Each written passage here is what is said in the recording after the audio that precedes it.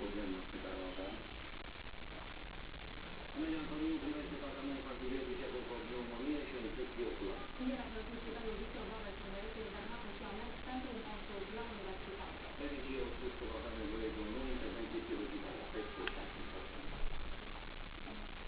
Morțigia în spitalele noastre, unde medicamentele s-au terminat de mult. La maternitatea Elena Varna din Iași, pachetele primesc înainte de operație o listă de cumpărături. Meridiana, medice și alte dispozitive medicale fără preț, doctorii nu reportează. Unitatea Spitală a primit fonduri numai pentru salariile angajaților. Bolnavii sunt pe cont propriu. Dacă nu, banii nici nu au furat pe dumneavoastră.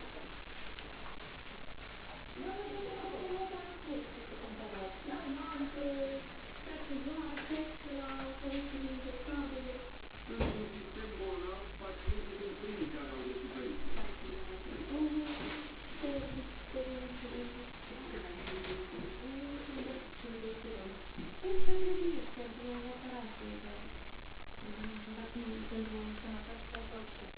Cum medicamentele s-au terminat de mult, chirurgii anesteziști sunt nevoiți să recurgă la diverse artificii ca să poată opera.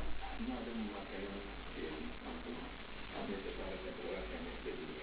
Pe orice trebuie să avem. Ascult, avem farmaci, fototerator,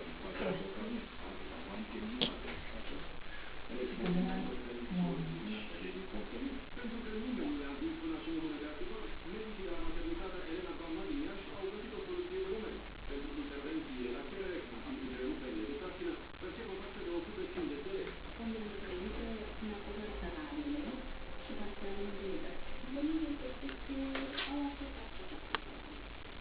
Era și cumpărat să cadă din avere. Deși conducerea maternității a cerut fonduri de la Casa de Asigurări, până acum nu a primit niciun răspuns. Corect. În timp mai salva.